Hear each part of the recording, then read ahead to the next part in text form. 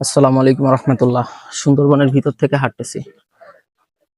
আমি আসলে খুব সাহসী তা বলবো না, তবে টুকটাক যা সাহস আছে। সুন্দরবনের ভিতরে যখন আপনি হাঁটবেন তখন এই সাহসটা আর থাকবে না, কোনোভাবেই সম্ভব না। এবং আপনি যত বড়ই পালোয়ান হন, বাঘ, সাপ, জলদস্যু, এদের কাছে আপনি নিতান্তই অসহায়। সুন্দরবনের ভিতর থেকে শুধুমাত্র খাঁটি মধু আহরণের উদ্দেশ্যে এসেছি। 3 ঘন্টার উপরে খুঁজছি, এখনো পর্যন্ত একটা পরিপক্ক চাক পাইনি। তো একটু চিন্তা করে দেখেন, এই মধুটার প্রাইস একটু বেশি কেন হবে না?